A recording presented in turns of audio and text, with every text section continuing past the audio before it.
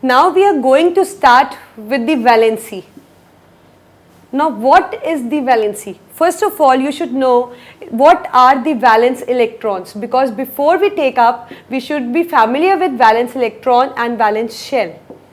As we did in the previous lecture, that if I take an example of magnesium whose mass number is 24 and atomic number is 12. So the number of proton is 12, number of electron is 12, number of neutron which is taken up by by subtracting the mass number from the atomic number, we get the neutrons are also 12. I am writing the electronic configuration. You all know now how to write it now. Yeah. So you know the valence shell.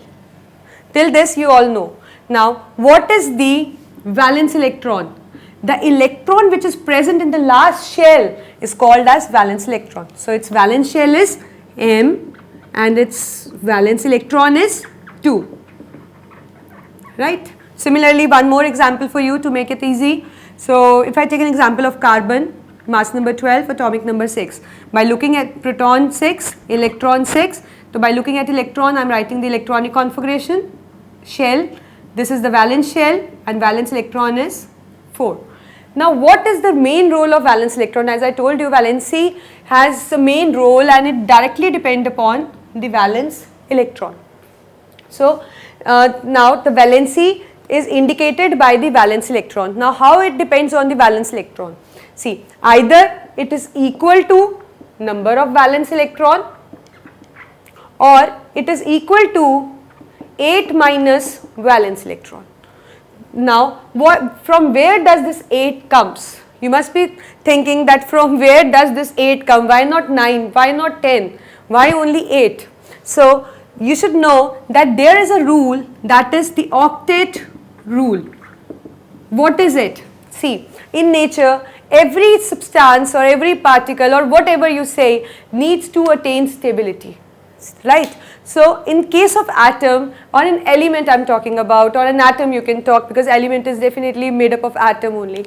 So in this, the atom, to attain stability, the atom must fulfill this rule, that is octet rule. Now what is it? It says that the atom should get the maximum of 8 electrons in its outermost shell. As we know, the first shell can accommodate maximum of 2 electrons, I told you according to Bohr-Bury rule, and second as 8, third as 8, again you know that.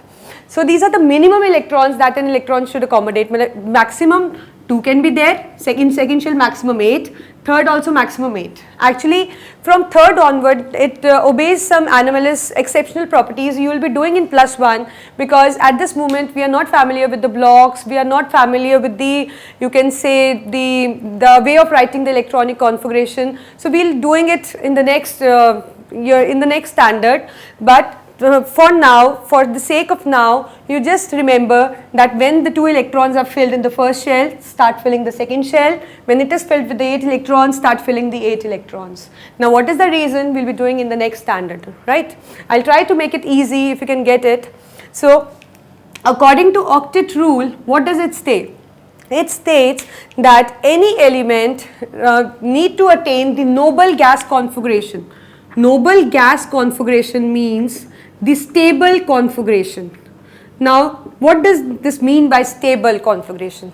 Means having the 8 electron in outermost shell means to attain stable configuration, means to attain noble configuration, means to complete an octet.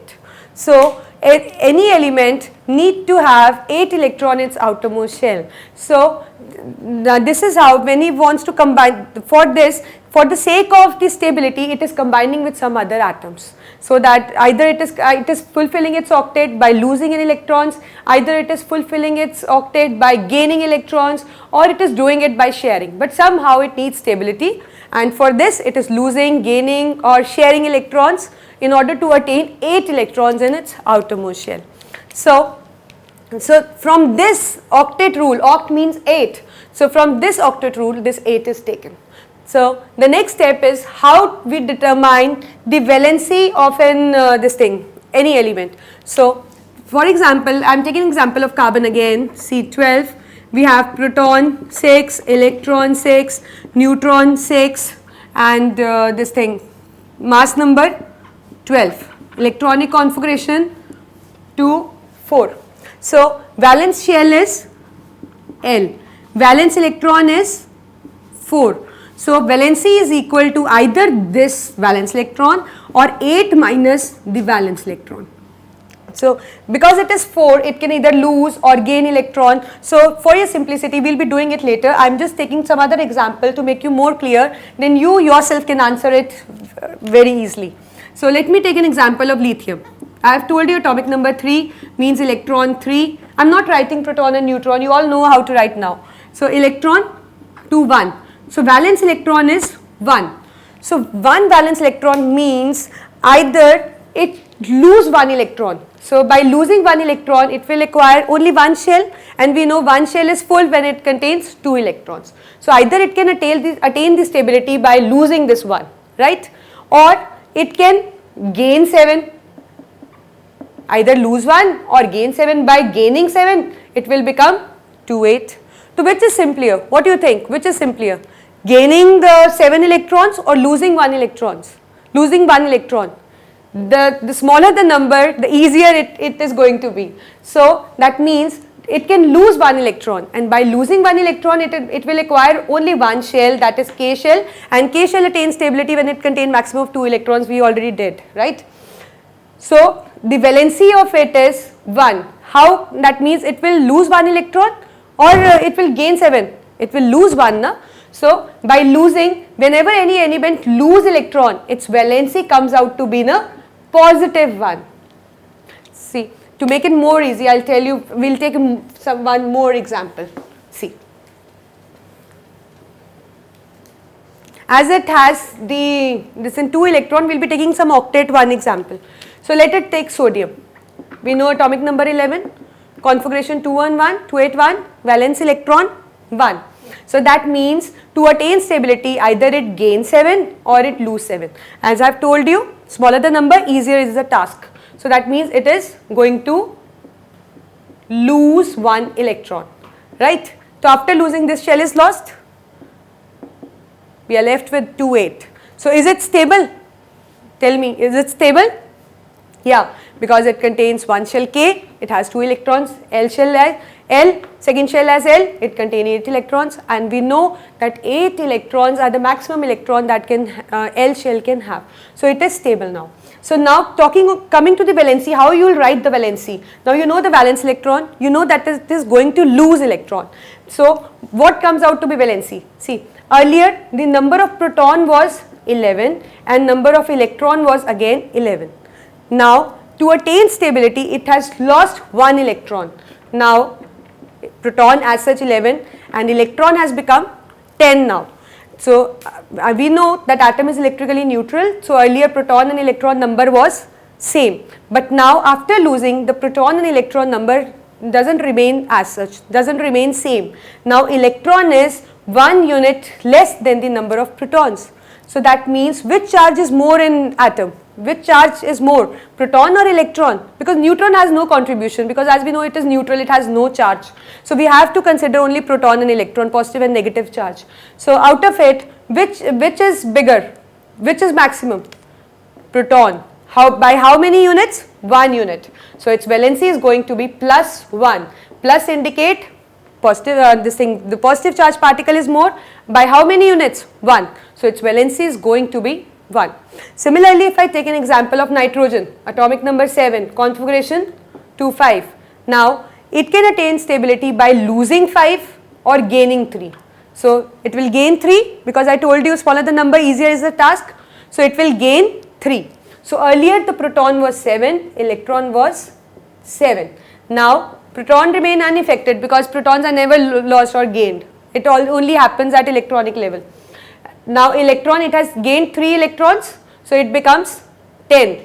Earlier configuration was 2, 5, now configuration is 2, 8, right? So what it has done? It has gained electrons, so that means electrons are increased, means negative charge is increased. By how many units?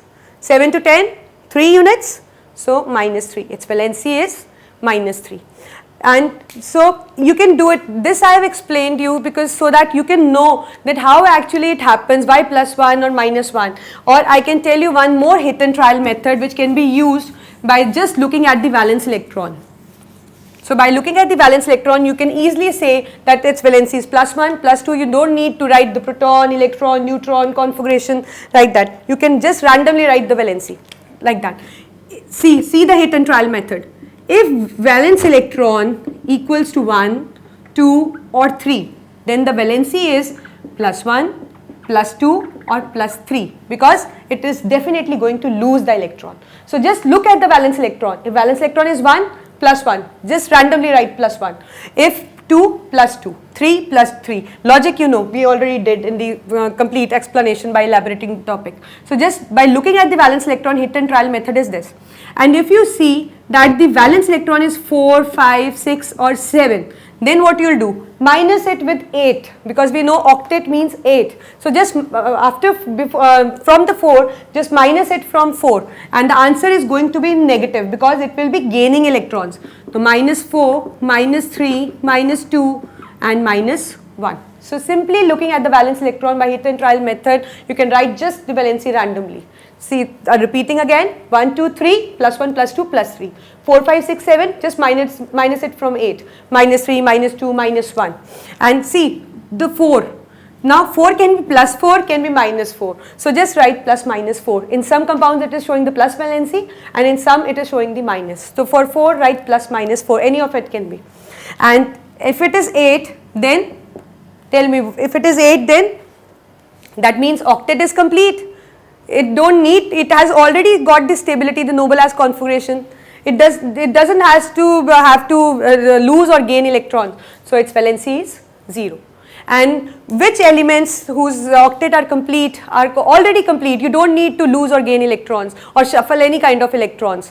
Those elements are called as noble gases. So noble gases are helium, neon, argon, krypton, xenon.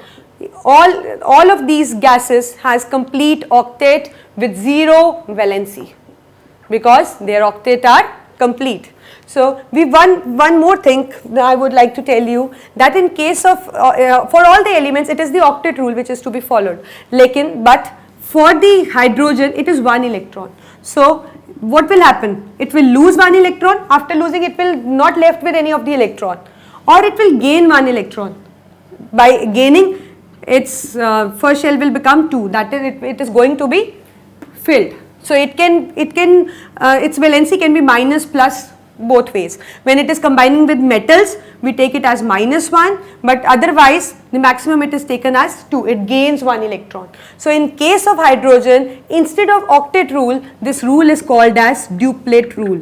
This is just for this case of hydrogen or helium. Helium already has a duplet because it has got 2 electrons. So when we will write it in the configuration, it is going to be 2, right? And for the hydrogen, it has got 1, it will take 1 and then it will achieve the duplet. So otherwise for all elements it is octet, but for hydrogen and helium it is an exceptional case, this octet rule get converted into the duplet. That means tendency to have 2 electrons in the outer shell. As they contain only 1 shell, so 2 electrons are required in the first shell to attain stability. So that is why they show the duplet rule. Otherwise for all atoms they need to have 8 electrons in their outermost shell, and for that they are shuffling the electrons, losing, gaining or sharing. So this is the octet rule. This is how you can calculate the valency. I am repeating it again in a short note.